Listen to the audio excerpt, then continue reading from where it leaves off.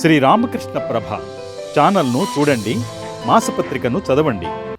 ఈరోజు స్వామి నిరంజనానందజీ పుణ్య జన్మతిథి. శ్రీరామకృష్ణుల ప్రత్యక్ష శిష్యులలో ఈయన కూడా ఒకరన్నమాట. శ్రీరామకృష్ణులు ఆయన శిష్యుల్లో కొంతమందిని ఈశ్వర కోటికి చెందినవారు అని చెప్పేవారు. ఈశ్వర కోటికి చెందినవారు అంటే వాళ్ళకి ఆల్రెడీ వాళ్ళు సిద్ధ పురుషులు అన్నమాట. అయితే ఈ ప్రపంచానికి మేలు చేయడం కోసం వాళ్ళు మళ్ళీ జన్మిస్తూ ఉంటారు. అటువంటి వారిలో ఈ స్వామి నిరంజనానందజీ కూడా ఒకరన్నమాట. మామూలు పైనుంచి చూస్తే ఆయన జీవితంలో గొప్ప గొప్ప సంఘటనలు అట్లాంటివి ఏమి చూడం మనం.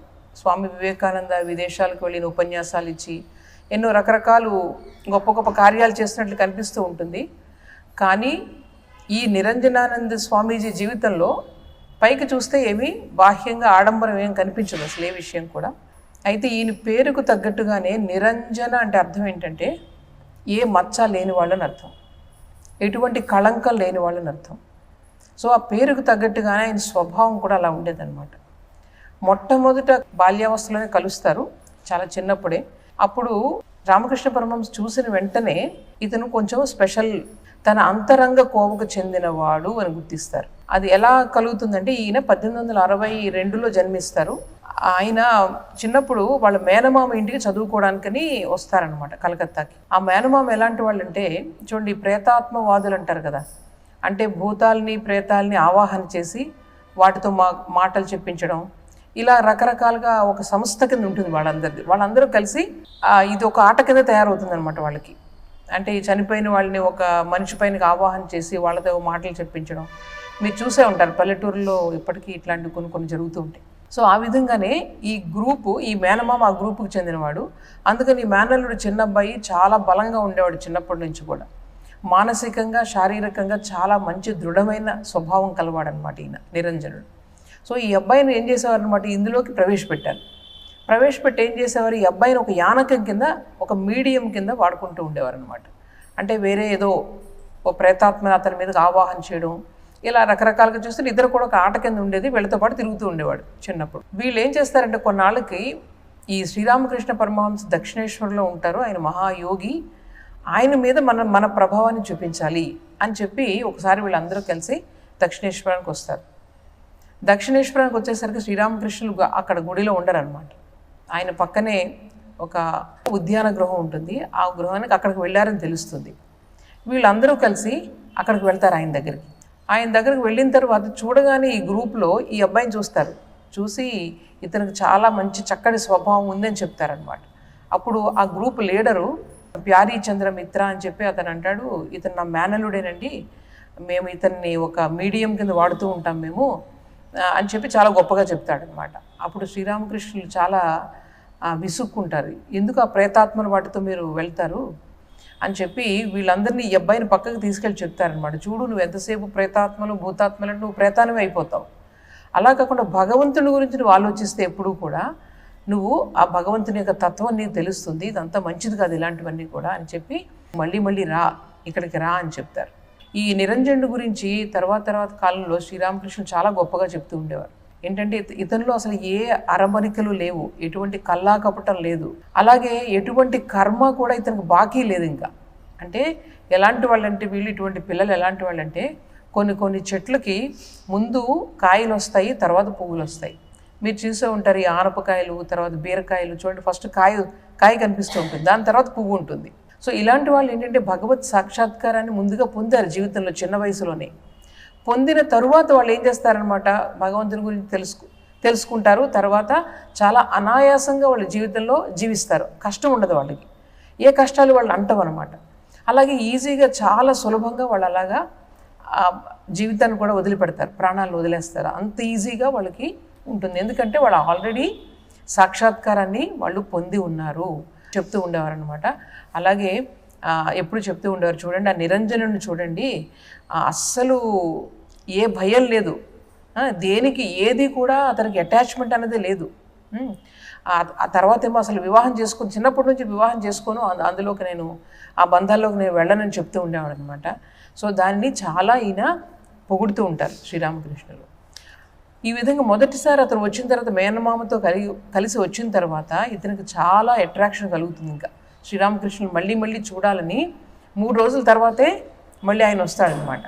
వస్తే వెంటనే శ్రీరామకృష్ణులు లేచి అతని వైపుకి వెళ్ళిపోయి, నాయన నువ్వు వచ్చావా అని చెప్పి ఎంతో ఆనందపడతారనమాట. ఆనందపడి అంటారట, ఏంటి నువ్వు ఎప్పుడు భగవంతుని సాక్షాత్కరించుకుంటావు, ఇలా నువ్వు రోజులన్నీ కూడా గడిపేస్తున్నావు, నువ్వు సమయం అంతా వృధా అయిపోతుంది, ఎప్పుడు నీకు సాక్షాత్కారం కలుగుతుంది నాయన అని చేతులు పట్టుకొని అంటూ ఉంటే ఈయన అనుకుంటాడు, ఈయనెవరు నేనెవరు, నాకు భగవత్ సాక్షాత్కారం కలగాలని ఈయనకి ఎందుకు ఇంత ఆరాటం, ఈయనకి అర్థం కాదనమాట. అంత ఆ అట్రాక్షన్ అనేది కలుగుతూ ఉంటుంది. అయితే కొన్నాళ్ళకి ఏమవుతుందంటే, ఈ నిరంజనుడు ఇంట్లో వాళ్ళ తల్లిగారి పరిస్థితి సరిగా ఉండకపోవడంతో ఆవిడ్ని పోషించడానికని ఒక ఉద్యోగంలో చేరతాడు. ఆ విషయం శ్రీరామకృష్ణుడికి తెలుస్తుంది. తెలిసి ఆయన అంటారనమాట, నిరంజనుడు చనిపోయాడు అనే విషయం విన్నా నేను ఇంత బాధపడను, ఉద్యోగంలో ఎందుకు అతను జాయిన్ అయ్యాడు, ఇది నాకు చాలా కష్టాన్ని కలిగిస్తుంది అని చెప్పి బాధపడతారనమాట. తర్వాత ఆయనకు తెలుస్తుంది, తల్లిని పోషించడానికి ఇతను ఉద్యోగం చేస్తున్నాడని విషయం తెలుస్తుంది. అంటే తల్లి ఎప్పుడు కూడా జగన్మాతతో సమానం, అందువల్ల తల్లిని పోషించడానికి ఉద్యోగం చేస్తే మాత్రం ఏమీ దోషం లేదు అని చెప్పి అనుకుంటారు. అనుకుని కొన్ని రోజులకే మళ్ళీ నిరంజనుడు వస్తాడనమాట. చెప్తే అప్పుడు కూడా అంటారు, చూడు నాయనా నువ్వు ఉద్యోగం చేస్తున్నావు అని విన్నాను, నువ్వు మామూలుగా నీ స్వార్థం కోసం ఉద్యోగం చేస్తున్నాను అంటే కనుక నేను మొహం కూడా నేను చూడలేకపోయేవాడిని, ఎందుకంటే ఎప్పుడు కూడా ఈ పరాధీనత, ఉద్యోగం చేస్తున్నావు అంటే అక్కడ పరాధీనత వస్తుంది, స్వాతంత్రాన్ని కోల్పోతావు నువ్వు, కానీ నువ్వు తల్లి గురించి చేస్తున్నావు కాబట్టి పర్వాలేదు అని చెప్పి ఆ ఉద్యోగం అంటే అప్పుడు అందరూ వింటారు ఈ మాటలు. అదేంటి ఉద్యోగం చేయడం పెద్ద నేరం కింద మాట్లాడుతున్నారు, ఉద్యోగం చేయకుండా ఎలా మేము భార్య పిల్లల్ని పోషిస్తాం అని చెప్పి ఒక ఆయన ఎవరు అడుగుతారనమాట. అడిగితే అప్పుడు శ్రీరామకృష్ణులు అంటారు, మీరందరూ చేయండి, మిమ్మల్ని చేయొద్దని నేను చెప్పలేదే, నేను చెప్పేది వీళ్ళ గురించి చెప్తున్నాను, వీళ్ళ యొక్క స్థాయి వేరు, వీళ్ళు ప్రత్యేకమైన కోవకు చెందిన వాళ్ళు, అందువల్ల మీకు నేనేం చెప్పట్లేదు, నేను ఈ అబ్బాయికి చెప్తున్నాను అని చెప్తారనమాట. ఇంకొకసారి అలాగే దక్షిణేశ్వరంకి వచ్చినప్పుడు నిరంజనుడితో శ్రీరామకృష్ణులు ఏమంటారంటే, చూడు అంతకుముందు ఆయన జీవితంలో జరిగిన సంఘటనలన్నీ చెప్తూ ఉంటారు, ఎవరికి తెలియదు అది, నిరంజనుడు చిన్నప్పుడు జరిగిన సంఘటనలన్నీ కూడా శ్రీరామకృష్ణులు చెప్తూ ఉంటారనమాట. ఒకరోజు ఆయన ఎవరు ఉండరు అక్కడ, నిరంజనుడు అప్పుడు ఉండడు అనమాట, అందరూ కూర్చొని ఉంటారు. అప్పుడు ఆయన భగవంతుడి నామాలు చెప్తున్నారట, హరే కృష్ణ హరే రామ అంటూ. భగవంతుడు ఒక నామం ఏంటంటే అలేఖ్ నిరంజన్, అలేఖ్ నిరంజన్ అనే ఒక వర్డ్ ఉంది, భగవంతుడి నామం అది చెప్తూ చెప్తూ ఒక్కసారే ఆయన గట్టిగా ఏడవడం మొదలుపెట్టారు, నిరంజన్ నువ్వు ఎక్కడున్నావు, నువ్వు ఎందుకు అంత దూరంగా ఉంటున్నావు, నా దగ్గరికి రావట్లేదేంటి అని చెప్పేసి ఏడుస్తూ ఉంటారు, వెక్కి వెక్కి ఏడుస్తూ ఉంటే అది వీళ్ళందరూ చూసి ఆశ్చర్యపోతారు, ఎందుకు ఆ చిన్న అబ్బాయి గురించి ఎందుకు ఇలా బాధపడుతున్నారని చెప్పి. నిజంగానే అది నిరంజనుడికి తెలుసుంటుంది. ఆయన ఆ తర్వాతే ఆయన ఉద్యోగం మొత్తం మానేసి ఆయన తరచుగా శ్రీరామకృష్ణుల దగ్గరికి వచ్చి ఈ సాధనలవి ఆయన చేస్తూ ఉంటాడనమాట. అయితే ఒకసారి ఆయన మంత్రం ఇస్తారు. మంత్రం ఎలా అంటే ఆయన నాలుక మీద రాస్తారు. నాలుక మీద మంత్రం రాసిన దగ్గర నుంచి నిరంజనుడికి ఏంటంటే ఒళ్ళంతా కూడా ఆ మంత్రం కంపిస్తూ ఉంటుంది, వైబ్రేట్ అవుతూ ఉంటుంది అనమాట. ఇంకెంత రాత్రి పగలు కూడా నిద్ర ఉండదు, ఏముండదు, ఆ మంత్రం అలా దాని అంతటేదో వస్తూ ఉంటుంది అనమాట. ఇది అర్థం కాదు ఏంటి పరిస్థితి అని చెప్పి ఇంటికి వెళ్ళిపోయిన సరే 3 రోజులు అలా ఉండేటప్పటికీ ఇతను భరించలేకపోతాడు. భరించలేక దక్షిణేశ్వర్ వచ్చి, మీరు ఏం చేశారు నన్ను, నాకు అసలు ఇంకేమీ లేదు, ఆలోచన లేదు, ఏ పని లేదు, నిరంతరం ఆ మంత్రం అన్నది అలా వస్తూ ఉంటుందంటే అప్పుడు సరే ప్రస్తుతానికి అది ఆగుతుంది, అయితే అదేంటి తెలుసా, దాన్ని అజప జపం అంటారు. మనం ఏం చేస్తాం, జపం చేయడానికి ప్రయత్నం చేస్తూ ఉంటాం, మన మనసు ఎక్కడెక్కడికో వెళ్ళిపోతూ ఉంటుంది, మనం మళ్ళీ దాన్ని తీసుకొచ్చి జపం చేయడానికి ప్రయత్నం చేస్తూ ఉంటాం. కానీ ఈ జపం ఏంటి తెలుసా, మీ ప్రయత్నం లేకుండానే భగవంతుడి నామం మీ లోపలది వస్తూ ఉంటుంది అనమాట, దాన్ని స్ఫురణ అంటారు. మీ ప్రయత్నం ఉండదు, లోపలల్లా మీరు వింటూ ఉంటారంతే భగవంతుడి నామాన్ని. అది చాలా ఉన్నతమైన స్థితి. అయితే ఈ అబ్బాయికి చిన్నప్పుడే కదా అదేం అర్థం కాక ఏంటి ఇలా అయిపోతుంది అనుకుంటాడు అనమాట. సో ఆ విధమైన అనుభూతి కలుగుతుంది. తర్వాత ఎంతసేపు కూడా ఈ మినుగురు పురుగులు అంటారు కదా, చిన్న చిన్న వెలుగు, అలాంటి వెలుగుతో ఉన్న పురుగులన్నీ కూడా మొత్తం ఇలా అలా తిరుగుతున్నట్టు కనిపిస్తూ ఉంటాయి, అంటే కాంతి అనమాట. మీకు ఎప్పుడు కూడా ఈ ఆధ్యాత్మిక అనుభూతుల్లో కాంతి చూడడం అనేది చాలా మంచిది. సో ఈయన కూడా ఈ చిన్నప్పుడు ఇటువంటి అనుభూతులు అనేవి కలుగుతాయి. ఈ విధంగా శిక్షణ ఇస్తూ ఉండడం వల్ల శ్రీరామకృష్ణుల యొక్క గొప్పతనాన్ని ఈ నిరంజనుడు నెమ్మదిగా అర్థం చేసుకుంటాడనమాట. అలాగే రకరకాల శిక్షణ ఆయన ఇస్తూ ఉంటారు. ఆయన ఇంకొక మాట కూడా అంటారు, నిరంజనుడు చిన్నప్పటి నుంచి కూడా ధనుర్బాణాలు అవి పట్టుకుని ఆడుకోవడానికి చాలా ఇష్టపడుతూ ఉండేవాడు. చిన్నప్పుడు బాణాలు కట్టుకోవడం, బాణాలు వేయడం కూడా, అలాగ మంచి వీరుల్లాగా చూడడానికి కూడా ఆయన అలాగా ఉండేవాడు అనమాట. అది శ్రీరామకృష్ణులు ఏమనేవారంటే, ఇతడు శ్రీరామచంద్రుల అంశతో జన్మించాడు, ఆయన అంశ ఆయనలో ఉంది, అందుకే చిన్నప్పటి నుంచి ఆ విల్లు ఇవన్నీ అంటే కూడా చాలా ఇష్టపడుతూ ఉంటాడని శ్రీరామకృష్ణులు చెప్తూ ఉండేవారు. ఈ అబ్బాయి గురించి. ఈ విధంగా అయితే చాలా దుడుకు స్వభావం అనమాట. ఏదన్నా వచ్చిందంటే ఇంక అక్కడ తేల్చి చెప్పేసే స్వభావం. అయితే ఈ స్వభావం గురించి చూడండి, శ్రీరామకృష్ణులు ఆ శిష్యులకి వారి స్వభావాన్ని అనుసరించి ఎప్పుడు కూడా శిక్షణ ఇస్తూ ఉండేవారు. ఆయన శిష్యులు, మరొక శిష్యులు యోగానంద స్వామిని ఉండేవారు. ఆయన చాలా మృదువు స్వభావం, ఎవరిని ఒక మాట కూడా అనలేకపోయేవారు.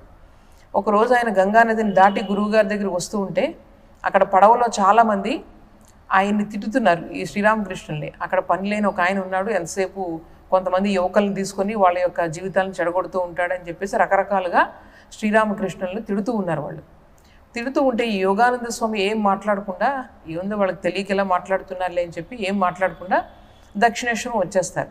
వచ్చిన తర్వాత విషయం చెప్తారనమాట. అక్కడ ఇలాగ మిమ్మల్ని అందరూ తిడుతున్నారంటే అప్పుడు శ్రీరామకృష్ణులు అంటారు, గురువుగారిని అలా తిడుతూ ఉంటే, నీ గురువుని నువ్వు తిడుతూ ఉంటే నువ్వు అలా మాట్లాడకుండా కూర్చుని ఊరుకున్నావా, వాళ్ళని ప్రతిఘటించలేదా, అది ఎంత తప్పు పని అని చెప్పి అతన్ని చివాట్లు వేస్తారనమాట. నువ్వు నీ గురువుని ఎప్పుడైనా ఎవరైనా నిందిస్తూ ఉంటే దాన్ని నువ్వు వెంటనే దాన్ని ప్రతిఘటించాలి అని చెప్తారు. అయితే ఈ నిరంజనుడు కూడా ఇదే సంఘటన ఈయన జీవితంలో జరుగుతుంది. ఆయన కూడా పడవలో వస్తూ ఉంటే ఇలాగే వారు శ్రీరామకృష్ణులు ఏదో ఒక మాట అంటారు. వెంటనే ఈ నిరంజనుడు ఏం చేస్తాడంటే, ఇప్పుడు ఈ పడవను ముంచేస్తాను మొత్తం అంతా కూడా, ఇంకొక మాట మీరు అన్నారంటే ఈ పడవ మొత్తం నేను ముంచేస్తాను, చాలా బలంగా ఉండేవాడు ఆయన అని చెప్తే ఈయన మంచి గజ ఈతగాడు అనమాట. ముంచేసిన ఆయన చక్కగా ఆయన వచ్చేయగలరు. అప్పుడు ఈ విషయం వీళ్ళకి తెలిసి వెంటనే పడవవాడు, తర్వాత అందులో ఎవరైతే శ్రీరామకృష్ణులు అన్నారో వీళ్ళందరూ కూడా భయంతో ఇంకా కాళ్ళబేరానికి వస్తారనమాట. బాబు మా తప్పయింది, మేము ఇంకెప్పుడు ఆ మాట అనము అని చెప్పేస్తే ఇంకప్పుడు ఆయన మొత్తానికి దక్షిణేశ్వర్ చేరుకునే విషయం చెప్తాడనమాట. ఇలా వీళ్ళందరూ అంటున్నారు, నేను పడవ ముంచేస్తానని చెప్పేసి నేను వాళ్ళందరినీ భయపెట్టిన వెంటనే వాళ్ళు వెంటనే మాట్లాడకుండా ఊరుకున్నారంటే అప్పుడు శ్రీరామకృష్ణులు ఏం చెప్తారంటే, నువ్వు ఎంత పని చేసావు, ఏదో నన్ను ఒక మాట అన్నారని చెప్పి నువ్వు మొత్తం పడవనంతా కూడా ముంచేస్తున్నావా, కోపం అసలు మంచిది కాదు. ఇప్పుడు చూడు, ఎవరైతే అన్నారో వాళ్ళు ఒక్కలే ఆ పడవలో, కానీ మిగిలిన వాళ్ళందరూ కూడా చనిపోయి ఉండేవారుగా నీ కోపం వల్ల. అందువల్ల కోపం అసలు మహాపాపం అని చెప్తారు. ఒకే చూడండి, ఇద్దరికి రెండు రకాలుగా చెప్తారనమాట. అక్కడ అతని స్వభావానికి అనుగుణంగా ఆయన్ని తిట్టినందుకు ఆయనకి ఏం బాధ లేదు, వేరే భావం లేదు, కానీ వాళ్ళ యొక్క స్వభావాన్ని ఒక శిక్షణ ఇవ్వాలి కాబట్టి ఈయన చెప్తారన్నమాట, ఇలా కోపం ఉండకూడదని చెప్పేసి. నిరంజనానంద స్వామీజీకి మన అమ్మ శారదాదేవి అంటే చాలా భక్తి. ఈ విధంగా దుడుకు స్వభావం ఉండేదని చెప్పి స్వామి వివేకానంద ఒక్కొక్కసారి అనేవారు. ఈ నిరంజనుడిది చాలా తీవ్రమైన స్వభావం, నాకు ఆ స్వభావం నచ్చదు, కానీ అతనికి అమ్మపై ఉన్న ప్రేమ వల్ల అతన్ని నేను ఏ విధంగానే క్షమించగలను, అమ్మ మీద ఉన్న భక్తి ప్రేమ చాలా గొప్పది అని చెప్పి స్వామి వివేకానంద అంటూ ఉండేవారు అనమాట. ఈ విధంగా తర్వాత కొన్నాళ్ళకి మనకి శ్రీరామకృష్ణుల గొంతులో క్యాన్సర్ అని తెలిసిన వెంటనే ఆయన ఏం చేస్తారు, దక్షిణేశ్వరం నుంచి చికిత్సకు అనుగుణంగా షాంపూకు తీసుకొని వస్తారు. షాంపూకు అని ఒక ఇంటికి తీసుకొని వస్తారని ఒక ప్రాంతం అది. ఈయన మొత్తం ఇల్లు వాకిలి అన్నీ వదిలేసి నిరంజనుడు అనమాట ఫస్ట్ వచ్చి గురువుగారి సేవకి మొత్తం అన్నీ కూడా ఆయనే చూసుకుంటూ ఉంటారనమాట. ఆయన దగ్గర చాలామంది భక్తులు వస్తూ ఉండేవారు, ఎందుకంటే ఆయన మంచి మంచి మాటలు చెప్తూ ఉంటారు వినాలని చెప్పి. ఆయన ఎక్కువ మాట్లాడితే గొంతులో వ్రణం కాబట్టి ఆయన కష్టం కలుగుతుంది కాబట్టి ఎక్కువ మందిని వెళ్ళనిచ్చేవారు కాదనమాట. ఎవరు, నిరంజనానంద స్వామి గేట్ కీపర్ కింద అక్కడ గేట్ దగ్గర కూర్చొని ఉండేవారు, లోపలికి ఎవరిని పంపించేవారు కాదు, చాలా స్ట్రిక్ట్గా ఉండేవారు అనమాట. ఒకసారి ఏమవుతుందంటే రామకృష్ణుల వారు గిరీష్ చంద్ర ఘోష్ అని ఒక ఆయన బెంగాల్లో మంచి నాటకాలు వేసేవారు అనమాట. మంచి మంచి భగవంతుని మీద నాటకాలన్నీ వేస్తూ ఉండేవారు. అవి శ్రీరామకృష్ణులు చూడడానికి వెళ్తూ ఉండేవారు, చాలా ఆనందించేవారు ఆయన.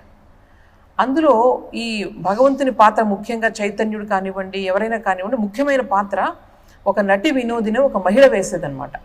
అప్పట్లో ఈ నాటకాలు వేసే వాళ్ళందరూ కూడా వేశ్యలు, వాళ్ళ స్వభావం బాగుండేది కాదు, అందుకని చాలా దూరంగా ఉండేవారు, అందరూ కూడా వాళ్ళని కలవనిచ్చేవారు కాదు. అయితే ఈ నటి వినోదిని చైతన్యుడు పాత్ర చేసినప్పుడు శ్రీరామకృష్ణులు చాలా మెచ్చుకుంటారు, చాలా చక్కగా చేశామని చెప్పి మెచ్చుకుంటారు. ఆవిడలో ఉన్నటువంటి కొంచెం భక్తి ఉన్నది అనేది గుర్తిస్తారనమాట శ్రీరామకృష్ణులు, చాలా ఆశీర్వదిస్తారు అవన్నీ. అయితే ఎప్పుడైతే శ్రీరామకృష్ణులకు ఒంట్లో బాగుండలేదని తెలిసిందో ఆవిడకి చూడాలని అనిపిస్తుంది, పాపం ఈ షాంపూపూర్ వచ్చి చూడాలని అనిపిస్తుంది, కానీ అక్కడ నిరంజనానంద స్వామీజీ ఎవరిని లోపలికి వెళ్ళనివ్వరు, ఇంకా వేశ్యలు ఇలాంటి వాళ్ళు ఎలా వెళ్ళనిస్తారు, ఎలాగని చెప్పి ఆవిడ చాలా బాధపడుతూ ఉంటే అప్పుడు కాళీపద ఘోషని శ్రీరామకృష్ణుల శిష్యులు ఒక ఆయన చెప్తారు, నేను నీకు మార్గం చెప్తున్నాను విను, అదేంటంటే నువ్వు ఒక తెల్ల దొరలాగా వేషం వేసుకో, పైన ఏమవుతుందంటే ఒక టోపీ పెట్టుకోవాలి కదా, పెట్టుకుంటే నీ మొహం ఎవరికి అర్థం కాదు, నువ్వు వేషం వేసుకుని వస్తే నేను తీసుకెళ్తాను నిన్నని చెప్తే ఆవిడ అలాగే వాళ్ళందరూ నాటకాలు వేసేవారు కదా, ఆ డ్రెస్ అది అలా వేసుకొని ఒక హ్యాట్ పెట్టుకుని ఈయన కాళీపద ఘోష్ వెంటే వస్తుందన్నమాట. వస్తే ఈయన ఏం చేస్తాడు, నా ఫ్రెండ్ అని చెప్పి పరిచయం చేస్తాడు అక్కడ ఎవరికి, నిరంజనుడికి మా ఫ్రెండ్ అని చెప్తాడనమాట. మన ఇంగ్లీష్ ఫ్రెండ్ అని చెప్పేటప్పటికి సరే లోపలికి పంపిస్తాడు. కాళీపద ఘోష్ అంటే చాలా క్లోజ్ డివోటీ. లోపలికి పంపించిన తర్వాత అప్పుడు శ్రీరామకృష్ణులకి విషయం చెప్తారనమాట, నటి వినోదిని అని చెప్పి మొత్తం అంత వేషం తీసి చూపిస్తే శ్రీరామకృష్ణునికి నవ్వుతారనమాట. అసలు అబ్బాయి ఏం ఐడియా మీకు అసలు లోపలికి వచ్చి అని చాలా ఆనందిస్తారు ఆయన. చాలా ఆనందిస్తే ఆ కాళ్ళకి నమస్కారం చేయడానికి అన్నిటికీ చెప్పి కొన్ని మంచి ఆధ్యాత్మిక సూచనలు అవి ఇస్తారు ఆవిడకి. ఇచ్చి ఎంతో ఆశీర్వదించి పంపిస్తారనమాట. వీళ్ళు బయటకు వచ్చేస్తారు, వెళ్ళిపోతారు. వెళ్ళిన తర్వాత అప్పుడు నిరంజన్ లోపలికి వచ్చిన తర్వాత, చూసావు నువ్వు బుట్టలో పడ్డావు ఈరోజు, ఒక మహిళ ఒక ఆంగ్ల దొరవేషంలో ఇక్కడికి వచ్చింది అని చెప్పి శ్రీరామకృష్ణులు ఎంతో ఆనందిస్తారు, ఆ భక్తికి మెచ్చుకుంటారు. అందువల్ల ఇంకా మిగిలిన ఆ రోజంతా కూడా సద్దుమణిగిపోతుంది అనమాట. ఈ విధంగా ఎవరిని కూడా అసలు లోపలికి రానివ్వరు అనమాట. అంటే ఆయనకి కష్టం కలుగుతుందనే ఉద్దేశంతో ఎప్పుడు కూడా షాంపూకూర్లో ఉండగా కూడా చాలా సేవ చేస్తారు ఆయన. తర్వాత ఆయనకి ఇంకా ఒక్కొక్క పెద్ద ఇంట్లో ఉంటే బాగుంటుందని చెప్పి వాళ్ళు కాశీపూర్ అనే ఒక ఉద్యాన గృహానికి, చాలా పెద్దది అది, అక్కడికి మారుస్తారనమాట శ్రీరామకృష్ణుని. అప్పుడు కూడా మన నిరంజనానంద స్వామీజీ కంప్లీట్గా ఆయన సేవలు చేస్తారనమాట. కాశీపూర్లో ఉన్నప్పుడు ఒకసారి నిరంజనానంద స్వామీజీ ఇంటికి వెళ్తారు, ఒకసారి వాళ్ళ సొంత ఇంటికి వెళ్తారు. వెళ్ళిన తర్వాత తిరిగి వస్తారు. తిరిగి వచ్చిన తర్వాత శ్రీరామకృష్ణులు అడుగుతారు, చూడు నువ్వు ఇంటికి వెళ్ళి ఉన్నావు కదా 3-4 రోజులు, నీకు ఎలా అనిపించింది, ఇక్కడ నుంచి అక్కడికి వెళ్ళావు కదా ఎలా అనిపించిందంటే, అప్పుడు నిరంజనుడు ఆయన ఏమంటారంటే, చూడండి ఇప్పటివరకు నాకు అర్థమైంది మిమ్మల్ని నేను చాలా ఇష్టపడతానని, కానీ ఈ 3-4 రోజులు నాకు అర్థమైంది మీరు లేకుండా నేను జీవించడం కష్టం ఉంది, అంత కష్టంగా ఉంది మీరు లేకుండా అని చెప్తే, అప్పుడు అంటే తనతో వాళ్ళకున్న బంధాన్ని తెలుసుకోవడానికి ఆయన అలా అడుగుతూ ఉండేవారు అనమాట. అది విని చాలా ఆనందిస్తారు. ఈ విధంగా వీరందరూ సేవలు చేసిన తర్వాత కూడా మీకు తెలుసు 1886 ఆగస్టు 16వ తేదీ శ్రీరామకృష్ణులు మహాసమాధి చెందుతారు. చెందిన తర్వాత ఆయన అస్థికలు ఏవైతే ఉన్నాయో వాటన్నిటినీ కూడా వీళ్ళందరూ కూడా చిన్న చిన్న పిల్లలు వీళ్ళు ఇంటికి వెళ్ళిపోతారు, ఇంట్లో వాళ్ళందరూ కూడా వీళ్ళ గురించి ఎదురు చూస్తున్నారు అని చెప్పి అక్కడ భక్తుడు ఒక ఆయన రామకృష్ణ దత్త అని చెప్పి ఒక భక్తుడు ఉంటారు. ఆయన ఏం చేస్తారంటే, ఈ అస్థికలన్నీ కూడా నేను నా యొక్క ఉద్యాన గృహం ఉంది కకూర్గాచి అనే ప్లేస్లో, అక్కడ నేను ప్రతిష్ఠించి ఆయనకు దేవాలయాన్ని కట్టించి నేను పూజలు చేస్తాను అని చెప్తారు. చెప్తే స్వామి వివేకానంద ఏమంటారంటే, మంచిదే కదా చేయనివ్వండి అని చెప్పి ఒప్పుకుంటారు ఆయన. అయితే ఆ రాత్రి మాత్రం వీళ్ళందరికీ చాలా కష్టం అనిపిస్తుంది. ఎక్కడికో వెళ్ళిపోవడానికి గురుదేవులు మన దగ్గరే ఉండాలి కదా అని చెప్పి ఈ రామకృష్ణానందజీ నిరంజనుడు వీళ్ళిద్దరూ మాత్రం అసలు అది వీలు కాదు, అస్థికలు అక్కడ వాళ్ళకి ఇవ్వకూడదు, మనమే ఉంచుకోవాలి. స్వామీజీ ఏమంటారంటే, చూడండి మనం శ్రీరామకృష్ణుల యొక్క ఆదర్శాలకు అనుగుణంగా మనం జీవించాలి, అది ముఖ్యం తప్ప ఆయన అస్థికలు పెట్టుకుని మనము అదే ఇంపార్టెంట్ అని అనుకోకూడదు. మనం వాళ్ళు గృహస్థ భక్తులు, వాళ్ళు తీసుకొనివ్వండి, పూజ చేసుకొనివ్వండి, మనం ఆయన ఆదర్శాలను మన జీవితంలో చూపిద్దామని చెప్తారు. అయినా సరే వీళ్ళిద్దరూ ఒప్పుకోరనమాట. కుదరదంటే అప్పుడు వీళ్ళు ఏం చేస్తారంటే, ఇంకొక చిన్న కుండ లాంటిది తీసుకొచ్చి అందులో ఉన్నటువంటి ప్రధానమైన అస్థికలన్నీ కూడా దీనిలోకి మార్చేసి దానిలో కొంచెం మాత్రం ఉంచుతారనమాట. ఉంచి దీన్ని ఏం చేస్తారు, బలరాం బాబు అని ఒక భక్తుడు ఉంటాడు, ఆయన ఇంటికి పంపిస్తారంట, చాటుగా పంపించేస్తారు. అయితే ఇందులో ఉన్న అస్థికలన్నీ తీసి ఆ రామచంద్ర దత్త తీసుకెళ్ళి, ఆయనకి తెలియదు విషయం, ఆయనకి అప్పటికీ ఈ విషయం తెలియదు. అది తీసుకొని వెళ్ళి అక్కడ దాన్ని శాస్త్రోక్తంగా దాన్ని అక్కడ చేసి అక్కడ ఒక గుడి కడతారు. ఇప్పుడు కూడా ఉంది ఆ గుడి కూడా. అయితే ఈ అస్థికలు ఏం చేస్తారనమాట, వీళ్ళు ఈ బలరాం బాబు ఇంట్లో ఇక్కడ కూడా పూజ చేయడం మొదలు పెడతారు చాటుగా. తర్వాత వీళ్ళందరూ కూడా శ్రీరామకృష్ణులు కళలో కనిపించి, నా పిల్లలందరూ ఇలా ఉన్నారు, వాళ్ళకేమో ఒక చిన్న ఉండడానికి ఆవాసాన్ని ఏర్పాటు చేయండి అని చెప్పి ఎవరికో కళలో కనిపిస్తే, అప్పుడు ఒక భక్తుడు ఆయన వచ్చి, నేను ఇలా ఒక అద్దెకి తీసుకోండి మీరు, నేను ఇస్తాను అద్దె అని చెప్తారు. చెప్తే అప్పుడు బారానగర్ అనే ప్రదేశంలో ఒక పాడుబడిన ఒక ఇల్లు తీసుకొని అస్థికలను అక్కడ తీసుకెళ్ళి అక్కడ శ్రీరామకృష్ణులు ఫోటో పెట్టి, అంటే శ్రీరామకృష్ణులు మహాసమాధి చెందిన మరుసటి రోజు నుంచి కూడా వీరు వీళ్ళ పూజను ఎలా అయితే ఆయన ఉండగా చేసేవారో ఆ మనిషి ఉన్నట్లుగానే వాళ్ళు పూజ చేయడం అనేది మొదలు పెడతారన్నమాట. ఇక్కడ ఈ బారానగర్లో ఈ పూజ చేసేటప్పుడు మెయిన్గా రామకృష్ణానందజీ ఎవరైతే ఉన్నారో, శశి మహారాజ్ అనేవారు, ఆయన మెయిన్గా ఈ పూజ అంతా కూడా అంటే చివరి వరకు కూడా ఆయన వదలలేదనమాట అస్థికల్ని. అంటే స్వామి వివేకానంద ఆయనకు మద్రాసు వెళ్ళు, నువ్వు అక్కడికి వెళ్ళని చెప్పే వరకు కూడా ఆయన అస్థికలతో ప్రతిరోజు ఎక్కడికి తీర్థయాత్రలకు వెళ్ళలేదు, ఎక్కడికి వెళ్ళలేదు, ఆయన పూజ చేస్తూ ఉండేవారు. ఆ పూజలో సహకరించేవారు నిరంజన్. ఈయన ప్రతి అంటే కఠినమైన పనులు, గిన్నెలు తోవడం, అవి చేయడం, ఇల్లు ఆ రూమ్ అవి తొడవడం అన్నీ కూడా ఈయన సహాయ సహకారాలు ఇస్తూ ఉండేవారు. ఆయన పూజకు సంబంధించిన ఆయన చూస్తూ ఉండేవారు అనమాట. అలాగే ఒకసారి చిన్న దిండు పెట్టి ఒక చిన్న పీట మీద పెట్టి పూజించేవారు పాపం వాళ్ళు. అలాగే చిన్న గంట ఉండేది, ఆ గంట వాయిస్తూ చేస్తూ ఉంటే ఒకసారి ఈయన కనిపించింది, సరైన పూజా మందిరం కూడా లేదు గురు మహారాజ్కి. రోజు కూడా శయనం ఇస్తారన్నమాట, ఆయన రాత్రి పడుకోబెట్టినట్టు. మార్నింగ్ ఆయనకి పళ్ళు తోమడం అన్నీ చేస్తారు, ఇప్పటికి కూడా చేస్తారు గుడుల్లో వాటిల్లో కూడా. అలా ఆయన రోజు చేస్తూ ఉండేవారు, ఒక మనిషికి చేసినట్లే. అలా చేస్తూ ఉంటే ఈయనకు ఒక మందిరం కూడా లేదని నిరంజనానంద స్వామీజీకి అనిపించింది. ఆయన ఏదన్నా అనుకుంటే సాధించి తీరేవారు అనమాట. అప్పుడు భక్తులందరినీ కూడా అడిగి కొంచెం మనీ కలెక్ట్ చేసి ఒక కార్పెంటర్ని పిలిపించి ఆయనకి చక్కటి ఒక పూజా మందిరాన్ని చేయిస్తారు. అలాగే ఆయన పడుకోవడానికి చిన్న మంచం, తర్వాత పూజకు అవసరమైన సామగ్రి ఇవన్నీ కూడా ఏర్పాటు చేస్తారు. ఏర్పాటు చేసి ఆ పూజకు కావాల్సిన అన్నీ కూడా ఏర్పాటు చేస్తారు. ఈ విధంగా వీళ్ళు బారానగర్లో వాళ్ళ జీవితం గడుస్తూ ఉంటుంది. తర్వాత కొన్నాళ్ళకు వాళ్ళు ఆంట్పూర్ అని వీళ్ళందరూ కలిసి, ప్రేమానందజీ మహారాజ్ ఉంటారు కదా, వాళ్ళ అమ్మగారు పిలిస్తే వీళ్ళందరూ అక్కడికి వెళ్ళి మనం జీవితం అంతా కూడా మనం ఈ వైరాగ్యంతో మనం ఉండాలి, ఇటువంటి ఉత్తమమైన జీవితాన్ని మనం జీవించాలని చెప్పి వాళ్ళందరూ ప్రతిజ్ఞ తీసుకుంటారు అగ్ని సాక్షిగా. అది తర్వాత వీళ్ళందరూ బారానగర్ వచ్చిన తర్వాత సన్యాసం కూడా తీసుకుంటారనమాట. సన్యాస దీక్ష తీసుకుని విరజాహోమం చేసి సన్యాస దీక్ష తీసుకుంటారు. ఈయనకి 1887లో నిరంజనానందజీ మహారాజు కూడా సన్యాస దీక్ష ఇస్తారు. ఆయన పేరు నిత్య నిరంజన్ ఘోష్, అదే పేరు నుంచుతూ. అలాగే గురు మహారాజ్ కూడా ఎప్పుడు కూడా ఆయన నిరంజనుడు, ఎప్పుడు కూడా ఆయన కల్మషం లేదు అంటూ ఉండేవారు కదా. అందుకని స్వామి వివేకానంద ఏం చేస్తారంటే ఆయనకి ఆ పేరు నిరంజన అనే పేరు ఉంచుతారు, స్వామి నిరంజనానంద అనే పేరునే ఉంచుతారనమాట. ఈ విధంగా ఆయనకు సన్యాసం అయిపోయిన తర్వాత 1889 నవంబర్లో ఆయన తీర్థయాత్రలకు వెళ్తారు. భారతదేశం అంతా కూడా తిరిగి తీర్థయాత్రలకు వెళ్తారు చాలా ప్లేసుల్లోనూ. తర్వాత స్వామీజీ 1897లో మన దేశానికి తిరిగి వస్తారు కదా. అప్పుడు నిరంజనానంద స్వామీజీ సిలోన్ వెళ్తారు, అక్కడికి ఈయనకి వెల్కమ్ చెప్పడానికి స్వామి వివేకానందకి. ఆయన తీసుకొచ్చి మెడ్రాసు అక్కడ అన్నిట్లో కూడా ఆయన సభల్లో ఆయన పాల్గొంటారు. అలాగే స్వామీజీతో పాటు ఆయన మొత్తం ఎక్కడికి వెళ్తే అక్కడికి అంతా తిరుగుతారనమాట, భారతదేశంలో అంతా కూడా.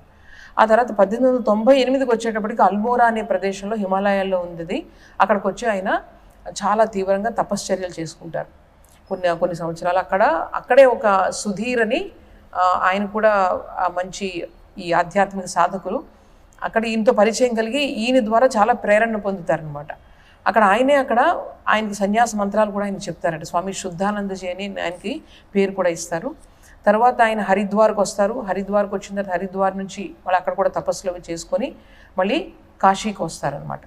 కాశీలో కూడా అప్పుడు కొంతమంది ఈ స్వామీజీ యొక్క ఉపదేశాలకు చాలా ప్రేరణ చెందుతూ కొన్ని సేవా కార్యక్రమాలు చేస్తూ ఉంటారు. వాళ్లకు ఈ నిరంజనానంద స్వామీజీ చాలా ప్రేరణ ఇస్తారనమాట.